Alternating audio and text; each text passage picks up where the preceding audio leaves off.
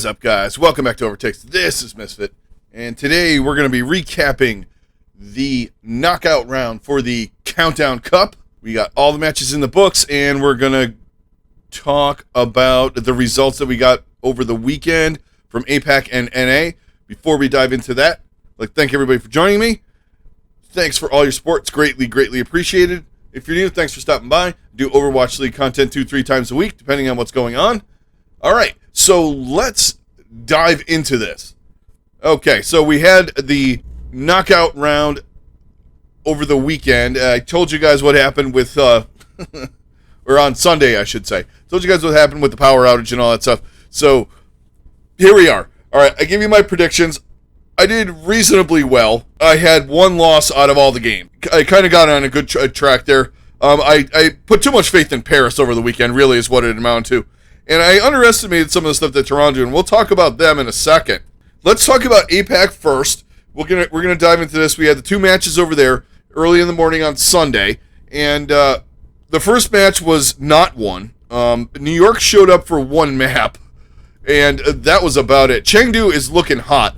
They're coming in, and outside of Shanghai, when they're doing their best right now, Chengdu is the most versatile team to an extent. I mean, obviously, you get into some metas that they're kind of weird, but they still manage to win and do things. But they're the most cohesive, one of the most cohesive teams. They know how each other play so well. It's just unbelievably fun to watch them do their thing. New York kind of give them a challenge here and there. They beat them on Hanamura, but overall, Chengdu is just so much better, and they were just obliterating them at times. And you know, you can only say so much, like we do about Jinmu and these guys doing their thing. And I think Late Young, and I had said this in the previews, I think Late Young coming in has made a little bit of a difference. It's taken them up another notch. I mean, they were good before. You kind of got the vibe, they can't beat this team or that team. But I feel like they can beat pretty much anybody right now. Yeah, or you can throw in the caveat, well, they just beat New York, calm down. But, hey, look, this team, when they are playing at their best, are insanely hard to beat. And that's in any team, really. I mean, look what they did to Dallas. You could say the meta wasn't favoring Dallas or this or that or whatever you want to do. They beat them twice. And they kind of rolled through APAC in this one because, we talked about Shanghai and what they were doing. And Gaga, Late Young, insanely good tank line right now. Jinmu and Leave are probably one of the top DPS duos in the league by far. Leave is an MVP candidate at this point. Jinmu comes in and plays some of the stuff that, the Pharah, and you guys know what Jinmu does. But Leave is he's their hard carry. And Monk and Yevatool are playing at a really high level too. They're really just insanely good right now. So that's enough about Chengdu and gushing over them. Because honestly, New York, I would like to say they're like the Toronto of APAC, but they're not that good even really, in hindsight. I would say they're like right now they're like Paris. You think they're going to be better, but they just don't have enough to get over the hump right now. It is what it is with them. They're okay. They are not going to get into the playoffs. I believe the playoffs are locked up in APAC right now. And we're not going to dive too much into that. We're going to talk about the tournament and focus on that on this episode and the next episode, and then we'll start diving into playoff scenarios because there's a lot of math and stuff that needs to be done for teams to get this and that and here and there. Yeah, so we had that. Props to the Hunters for getting in. It was expected. They played as expected. They played really well. They were just on top of their game. Fantastic match. Next match was highly anticipated by me and a lot of other people. I thought it was going to be close. It was pretty damn close.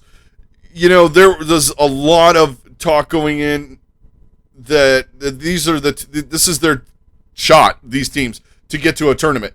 And unfortunately, we didn't have a matchup where they could both go, which I would like to have seen. And also, I would like to have seen the Shock and the Gladiators both get to go in NA, just for some parity and some different scenarios going on. I thought if one of them was in the bracket and they got to play Atlanta, that would have been kind of cool if one of them could go through. But so Seoul and Philly, we talked a lot about this on my knockout preview. I was looking forward to it. I had the dread of I was going to get it wrong, but I got it right. I didn't get the map count right. I very well could have if Philadelphia could push the card on Rialto, which they did not. And, you know, some of the things with Seoul that made this game really good for them and a good sign, and Philly didn't play bad either, mind you. I did not think Philly played bad at all. They looked really good. The times that Philly's lost in this stage, yeah, they didn't get to go to Hawaii and all that. I think they're primed and ready to get focused and do some damage in the playoffs. But Seoul, the one thing that we said, oh, please, just do the bare minimum, and that's all we need from the support line. They were on fire. Creative and Onimo were playing fantastic this whole match, and this is exactly what Seoul needed. They did not outplay Alarm and Funny Astro, but they did enough to enable their team to just take over. And, you know, you give Prophet and Fitz and Gesture some resources, and they're just going to take over a match. 2U was okay. I would say he was the one that underperformed the most for me. I've been singing his praises for a while. He was just kind of average. He was getting it neutralized a lot by Philadelphia. And, you know, Philly played really well. That Volskaya, they might want that back. The tie, they very well should have won that map and taken it to 5. Or, not 5, but taken it to an actual 5 map series. Instead of losing 3-1, they might have lost 3-2. But, and made me more right. Maybe that's what my hope was there. I don't know. But, yeah, Seoul, look, it's Prophet and Gesture time, guys. We're in late summer. We're approaching fall. This is when Prophet and Gesture come out of hibernation and start taking over matches. And Prophet was a nutcase. And so was Fitz. And they were just on fire. And like I said, Creative was making plays too. And so was Onimo. And it was just great to see them play, on the whole, really, really well. This was the best I think I've seen Seoul play all year in this match in particular. They were very, very cohesive. They didn't do some of the dumb crap that they normally do. They didn't take any maps off. Like Rialto, they absolutely stonewalled Philly. It shut them down. It just unbelievably hard. They just kicked them right in the onions on that map, and just like when Philly didn't get that one, it was almost tragic on that map. I didn't want to dive too much into all the matches, but like map specific, like I do when we have a couple of them. But that was almost the beginning of the end. They should have taken the first point. I mean, we don't know what would happen elsewhere down the line because Seoul just had to get to under the bridge there, or to the Rialto bridge. Yeah, if Philly doesn't have anything to be ashamed of in this. Seoul played really well, and they have some things that they can work on. They're going to have a couple weeks to do it, and watch these teams play, and practice and get more cohesion. Because remember, some of these guys haven't been there very long, and they looked better this stage than they did last stage. And hopefully in the playoffs they do. We'll see what the seedings are and all that after this weekend, and then we'll start throwing theories out and all that kind of stuff and talking about these teams. But props to Seoul. So we got Seoul and Chengdu going from APAC, which is good to see. We got one different team in there. It would have been good to see two, but hey, it is what it is. We'll take it. It was a great match. Let's move on to NA. All right. So we had the first rounds in this we had Paris, Toronto, Dallas, and San Francisco. First match, Paris disappointed me in this match. I'm not going to lie. They very well could have. It was a weird match. There was a lot of crazy stuff going on. We had Toronto playing Genji Hanzo, stuff like that. Hisu, speaking of Hanzo play was the fun of the weekend. There were some sick, just absolute nutty plays by him, Birdring, a couple other guys too, just absolutely killing it on the Hanzo. And Hisu was just going absolutely bonkers at times. And Paris, they just didn't get it together. And it was just like they would lose fights at the wrong time. And it was kind of infuriating. They made a lot of mistakes. And Toronto capitalized on it. And, they did a good job of neutralizing some of the things that gave a lot of other teams problems when playing Paris. And that was, they neutralized Naga when he tried to do some Pharah stuff and things like that. It just it went 5 maps. It probably shouldn't have. I don't know. I'm on the fence about this match. It wasn't a great match by any stretch of the imagination. It was definitely 2 mid-pack teams playing in a playoff scenario. So there was mistakes and jitters and all that kind of stuff. And Toronto came out on top. Aspire looked really good. Hisu, nice. They all played really well. Their DPS is shaping up to be really, really good. I'm liking what I see from it. Their tank line does what it does. Michelle, once again, he eats ultimates. That's the thing with Michelle. And he plays really well, too. You could make a argument that Seoul lost a really good player, but I think 2U's really good, too. But Toronto picked him up, and he's working really well with Sato, and they looked really solid. Sloppy, but they won. Mostly on the back of their DPS. Just fantastic. Now, the next match, we had San Francisco taking on Dallas. Dallas was not they were invested for like a hot minute, and then once San Francisco came out playing like they did last year, Dallas just kind of was like, whoa, okay, yeah, I think we're done. Because San Francisco came out and clocked them on Oasis. They beat them on Anubis, and then they just they destroyed them on Blizzard World. Dallas was trying. I'm not saying Dallas wasn't trying. They were. And they were trying, but they were trying to do different things, it looked like to me. They were trying different angles, different engages, different heroes a little bit. Not a lot on that front, but they were trying to come at the Shock different ways. It was kind of like trying to figure out what the Shock are going to do if we do this or that. Because, remember, guys, the only thing that's going to change, we didn't have you're going to get Lucio back in, so the Reinhardt teams are going to start playing a little bit more rush. So you think. And, you're going to get Sigma back, so you're going to get some of the teams that like playing Sigma and stuff like that playing them. But there's a lot of the same looks you're going to see. And I think they were trying to figure out where San Francisco was at. And San Francisco was on it. They look like Shock of old. That's all. I wanted to just cover those, talk a little bit about those 2 matches. Next match, we have Atlanta and Toronto. And goddamn did Toronto show up for this. I was so glad to see that. I'm a Mayhem fan, but I also root for Toronto. And it was great to see them come out and just do some things to Atlanta that no one's done really this stage. They came out, they lost. I knew it was going to be a closer match in Busan. They lost 2-1 on that. They tied on Volskaya. They got knocked around a little bit on Kings Row, but they did take it to overtime, and Atlanta got 2 points, which was tragic. I knew they were in big trouble when that happened. They hard held them on Route 66 pretty damn good. It wasn't that Atlanta was playing bad either. Atlanta had to give them everything they had, and this is fantastic for Toronto.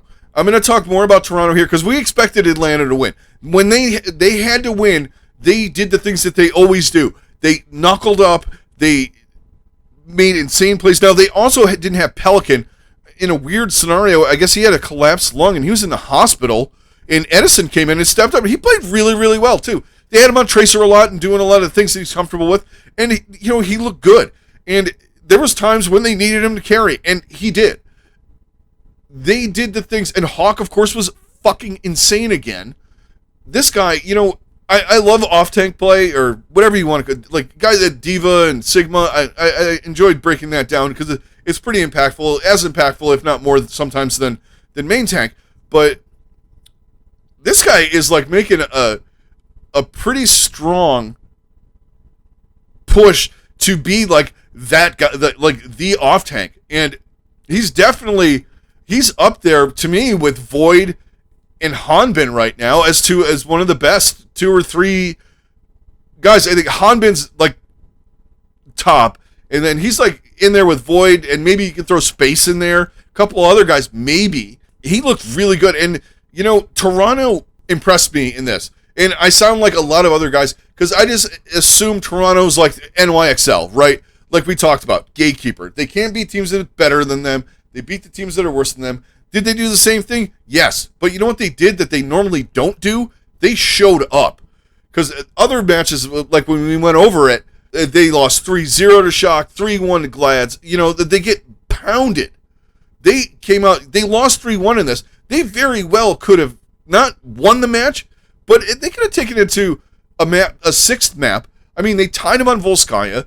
They took him to extras on King's Row, and they killed him on Route 66. And on the control maps, they picked up a segment of each one. So that's more than I expected them to do. I thought it would be 3-1, but I didn't think it would be like this kind of a 3-1, this close. I thought it would be, you know, maybe they get Volskaya or something like that. They luck into a map or whatever. You know, Hisu goes crazy, which he did, or Aspire or something. They had their hands full, Atlanta, and you know, they did what they had to do, but Toronto is looking good going into the playoffs. I think this is a confidence-building thing. They lost, yes, but it's okay. This is an okay loss. I'm normally not okay with losses. This is a learn from loss. This is look, we can hang it with Atlanta, which means we can hang with the good teams. So it gives you confidence, and I'm looking forward to seeing them play in the playoffs. I really am. Let's talk about the last match of the night. Oh, baby. This was a fucking great match. And I am going to go out there, and you guys can kill me. I think this was the best match of the year so far. You have two teams that know each other, that they have like a rivalry. San Francisco generally gets the better end. Well, maybe not. They kind of split. But, you know, San Francisco's the team with the hardware. They got the rings. They got the trophies.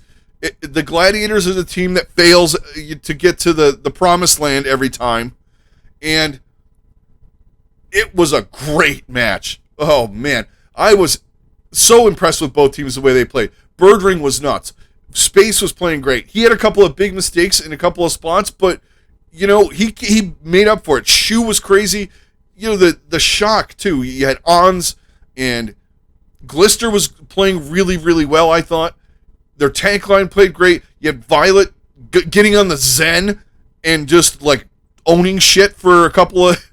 on Havana, he owned some stuff, and then Shu had to jump on Zen and one-up him and just take over in overtime. It was just a great freaking match. I wish people would understand, like esports-wise, how good this league is when there is pressure situations. This was two of the best teams in the league right now. This was one of the most exciting, tense, just well-played matches. It wasn't a close match that was played crappy, kind of like Paris and Toronto earlier in the day.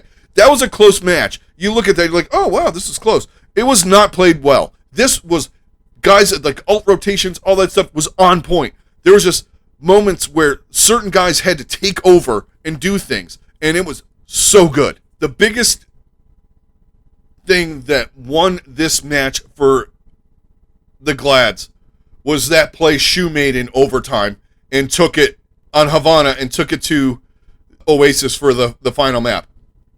Now, that was just Shock's pick, too, and that was the perfect pick for them, and, you know, damn it if the Gladiators didn't beat them at their own game in this. But they were playing, you know, they were playing more divey stuff, but I thought it was kind of going to be over on University when Choi hit that bomb, and they won. I think they won that. I don't even think the Gladiators barely touched a point in that, but they came back and they just played their game. They played really well. Birdring, Shu, and Skewed. We didn't even see Moth at all in this game. Skewed was in the whole time, and I'm going to give the Gladiators mad props. I've been waiting for this for all year for them. I could say that about the Shock too. This goes to, you know, to the Shock beginning of the year when I said not a good season if they don't get into these tournaments and, you know, get trophies. There's still one big trophy waiting at the end that they can make up for it all and get into. But we haven't gotten that far yet. The Gladiators, they put this together. They looked like they were falling apart. They got dominated on two consecutive maps on Hanamura and Blizzard World. They let Blizzard World slip a little bit. They could have done a lot better on that. I thought they had a good shot, but I think there was at one point they had 5 minutes in the time bank, and they got just killed. I might be thinking of one of the other matches. I'm pretty sure it was this Blizzard World, though, where they had like 4 or 5 minutes in the time bank going into point C, or point, I don't know, one of the points, they had a huge time back, and the shock just drained it. But that just goes to show you how good the shock are too. This was what I'm solidly right now saying this is the best match that I've seen as far as level of play, back and forth, big players making big plays all across the board. You had Super doing stuff, Ons, Violet, Bird Ring, Space, everybody, the Shoe. It was just crazy. We got a good one coming up next weekend. It's going to be fun. I'm really looking forward to this. We got a couple of different teams in here too. The Dynasty, we got the Gladiators, we got the Hunters, and we got the Reign. We got two teams that have been there before. I think both of these teams have been there 3 times now. So it's going to be a fun one to see. And I loved every minute of this week. The knockout rounds, they were great. The first match aside, everything was really, it was just, you could feel the pressure amping up, and we're getting towards the playoffs, guys. That was a fun, fantastic Sunday of matches. And that's going to do it for this one. Just wanted to wrap it up really quick. So, 4 teams that we got left: Chengdu, Atlanta, Gladiators, and the Seoul Dynasty. Going to kick it off on Thursday with Seoul and Atlanta. 2 teams that play similar. And then you got Chengdu playing the Gladiators, 2 teams that play similar. We're going to break those down and talk about those coming up on Wednesday night, early Thursday morning. So that's going to do it for this one, guys. I'd like to thank all of you for joining me. All of your support's been greatly, greatly appreciated throughout the whole year. I've had a fantastic time, and it's getting just more fun. And then we're going to talk about the matches on Wednesday, Thursday. Somewhere in there, we'll get that up. And then I'd like to thank everybody that stopped by, that's new. Thank you very much. If you could hit a like, hit a subscribe, all the YouTube jazz, that'd be great. All right, guys, this is Misfit. I'm out. Everybody stay safe. Have a good rest of your day, and I'll talk to you on the next one.